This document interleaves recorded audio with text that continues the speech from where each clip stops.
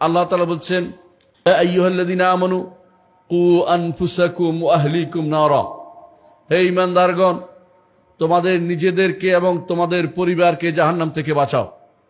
নিজেদেরকে এবং পরিবারকে জাহান্নাম থেকে বাঁচাও। আপনাকে জাহান্নাম থেকে বাঁচাতে হবে। পরিবারের মধ্যে আপনার স্ত্রী আছে, সন্তান সন্ততি আছে, ছেলে আছে, মেয়ে আছে, সবাইকে জাহান্নাম থেকে বাঁচাতে হবে। প্রতিটি জন্মগ্রহণ করা শিশু ইসলামের উপর আসে, কিন্তু তার পিতা তাকে ইহুদি বানায়, নাসারা বানায়, মাজুসি বানায়।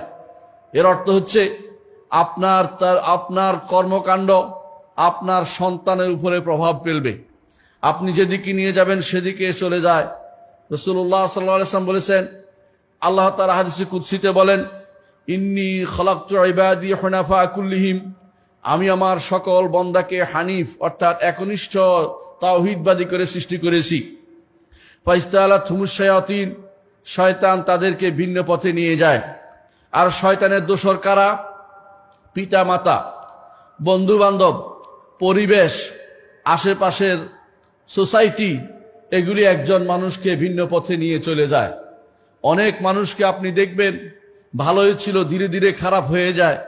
সন্তান সন্ততি কোনো সম্পদ বানাতে হয়, পরিবেশটা ভালো রাখতে হবে, ওই পরিবেশে থাকতে হবে যেই পরিবেশে হারামের কোনো ছোঁয়া নেই, যেই পরিবেশে থাকলে আপনার সন্তান আল্লাহর ইবাদতে থাকবে, যেই পরিবেশে থাকলে আপনার সন্তান তাকওয়ার মধ্যে বড় হবে, আপনার স্ত্রী তাকওয়ার মধ্যে থাকবে, সেই পরিবেশ আপনাকে বজায় রাখতে হবে।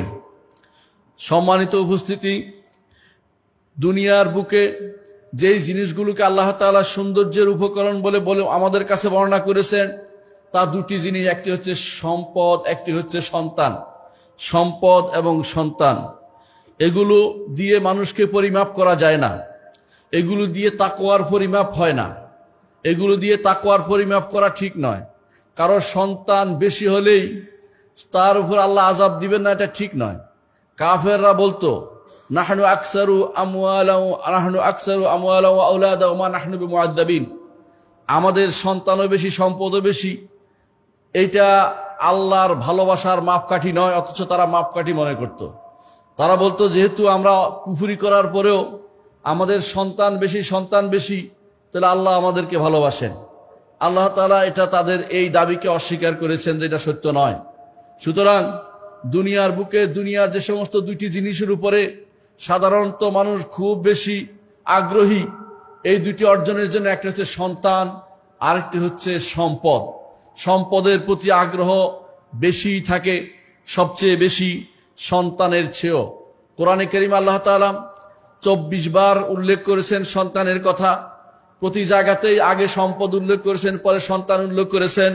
এর কারণ হচ্ছে বেশিরভাগ মানুষের দুনিয়াতে আসার পরে সম্পদ হেফাজত করতে গিয়ে সন্তান নষ্ট করে দেয়।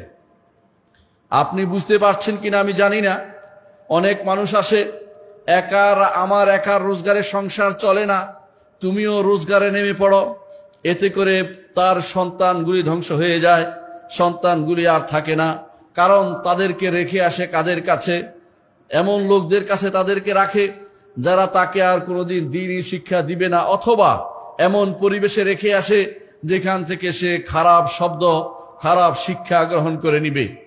তো কিসের কারণে তিনি বেশি সন্তান নষ্ট করলেন? সন্তানদেরকে নষ্ট করেছেন তিনি সম্পদের লোভে, সন্তান নষ্ট করে দিয়েছেন। এই জন্য অনেক সময় মানুষ সম্পদ কামাইতে গিয়ে সন্তানকে আর সম্পদ বানাইতে পারে না। অথচ যদি তার সন্তানকে দুনিয়া এবং আখিরাতের সম্পদ বানাতে চাইতেন, তিনি সবকিছুর আগে পরিবারের দিকে নজর দিতেন, সম্পদের দিকে বেশি নজর দিতেন না। নিজের বাড়তি সময়, অতিরিক্ত আয়ের চিন্তা না করে পরিবারের সন্তানদেরকে সময় দিতেন, তাদের পিছে ব্যয় করতেন, যেখানে তারা ভালো হতো এবং আখিরাতে তাদের, দুনিয়া এবং আখিরাতে তাদের সত্যিকারের সম্পদ বলে বিবেচিত হতো, সেই কাজটি তারা করতেন। কিন্তু তারা সেটাকে গুরুত্ব দেন না। তারা মনে করেন যে এইভাবে তারা দুনিয়াতে সবচেয়ে বেশি বুদ্ধিমত্তার কাজ করছেন, সম্পদ জমা করছেন। কিন্তু আপনি যদি কোনো বাইরে বেরিয়ে ঘুরে ফিরে বেড়ান, আপনার স্ত্রীও যদি ঘুরে ফিরে বেড়ায়, সন্তানদেরকে যদি হারামের মধ্যে বড় করেন বা এমন জায়গায় বড় করেন যেখানে কোনো রকমের দ্বীনি শিক্ষা দেয় না, তাকওয়ার ছোঁয়া যেখানে নাই, সেখানে আপনার সন্তান থেকে ভালো কিছু আশা করতে পারেন না। আপনার সন্তান থেকে ভালো কিছু আশা করতে পারেন না। অনেক মানুষ আছে হাজার হাজার টাকা অথবা লাখ লাখ টাকা বা কোটি কোটি টাকা রেখে যায়, সন্তান সেগুলো বিক্রি করে করে খায় অথবা সন্তান সেগুলো খরচ করে নষ্ট করে দেয়। আপনার এত কষ্টের ঘাম ঝরানো পয়সা সন্তান কেন নষ্ট করে? কারণ আপনি সন্তানকে সম্পদের চেয়ে কম ভালোবেসেছেন। সন্তানকে যদি সম্পদের চেয়ে বেশি ভালোবেসে মানুষ করে যেতেন, দ্বীনি শিক্ষা দিয়ে যেতেন, আল্লাহর বান্দা হিসেবে তাকে তৈরি করতেন, আপনার সন্তানও কাজে লাগতো, আপনার সম্পদও কাজে লেগে যেত। কিন্তু এই দুটির কোনোটাই আপনি করতে পারেননি। আপনার জন্য দুর্ভাগ্য ব্যতীত আর কিছু অপেক্ষা করছে না। মনে রাখবেন, সন্তান মানেই যে ভালো তা আমি বলছি না। আল্লাহ তাআলা কোরআনে কারীমে উল্লেখ করেছেন, কাফেরদেরকে আল্লাহ তাআলা অনেক সন্তান দেন।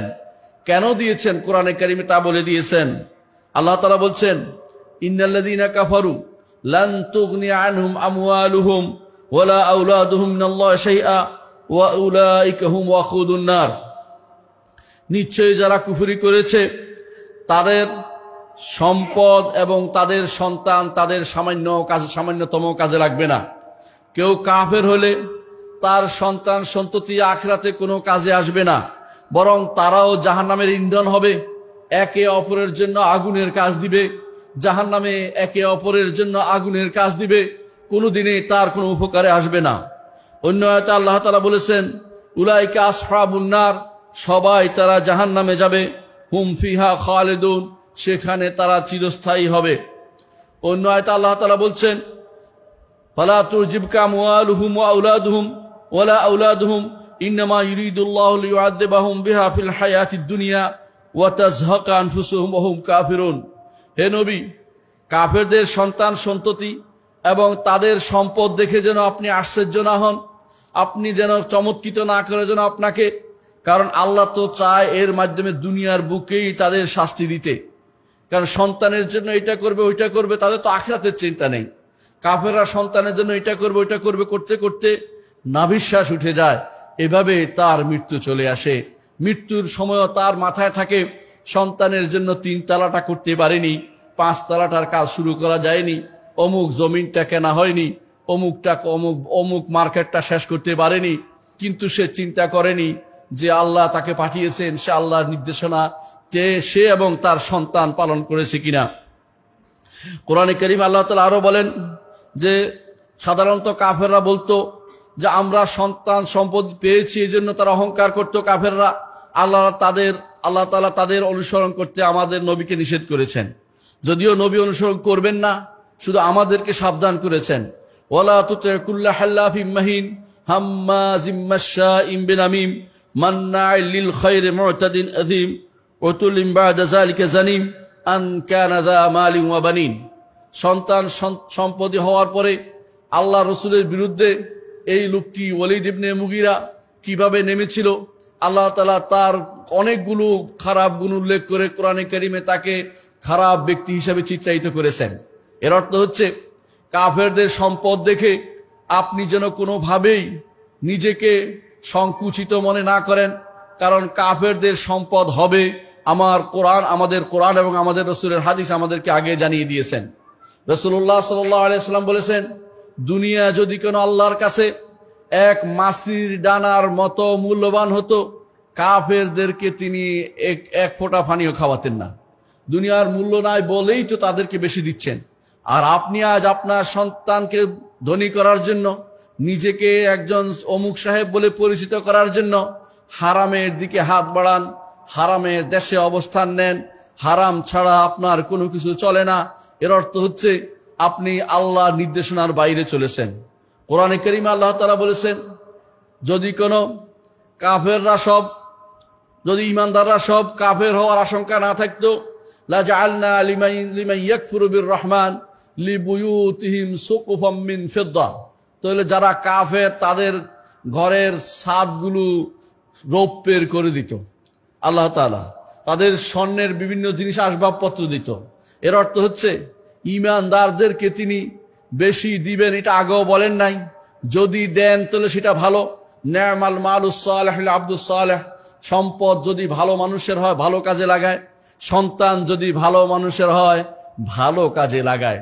আর খারাপ মানুষের হলে সে লাগাবে মাস্তানিতে, অথবা সে লাগাবে হারাম টাকা রোজগারে, অথবা সে লাগাবে দুনিয়া কিভাবে হস্তগত করা যায় সেই কাজে সে লাগাবে। কিন্তু ঈমানদার তার সন্তানকে দুনিয়া এবং আখিরাতের ভালো কাজের জন্য তৈরি করে। ঈমানদাররাও কখনো কখনো সন্তানের ফিতনায় পড়ে যায়।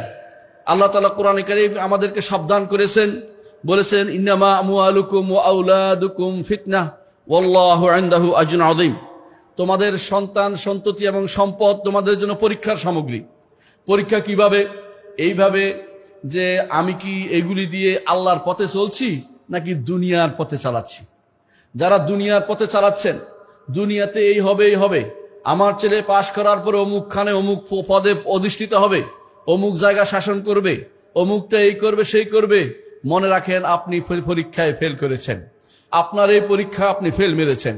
আপনি যদি পরীক্ষায় পাশ করতে চান, আয়াতের পরের অংশ দেখুন, সেখানে আল্লাহ তাআলা বলছেন ওয়াল্লাহু ইনদাহু আজরুন আযীম, আল্লাহর কাছে রয়েছে বড় পুরস্কার। সেই বড় পুরস্কার পেতে হলে বড় পুরস্কারের কাজ করে যেতে হবে।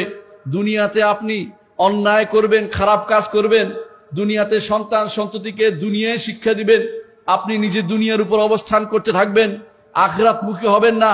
আপনার সন্তান দিয়ে আপনার সম্পদ দিয়ে কোনোদিন বেশি পুরস্কার পাওয়া আশা করতে পারেন না। আল্লাহ যে আজরুন আযীম বড় পুরস্কার রেখেছে সেটা পাওয়ার আশা করতে পারেন না। আল্লাহ বড় পুরস্কার রেখেছেন জান্নাত। সেই জান্নাতে যেতে হলে অবশ্যই কিছু না কিছু ঈমান এবং আমলে সালেহ করে যেতে হবে।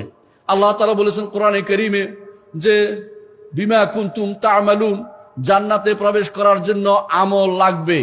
আমল বিনিময় নয়, তবে আমল হচ্ছে কারণ থাকতে হবে জান্নাতে যাওয়ার জন্য। কোনো না কোনো আমল আপনার থাকতেই হবে। সন্তান সন্ততি এবং নিজে এবং সম্পদ সবগুলিকে আখিরাতমুখী যদি করতে পারেন তাহলে আপনি হবেন সফল ব্যক্তি। আপনার চেয়ে সফল ব্যক্তি আর কেউ হতে পারে না।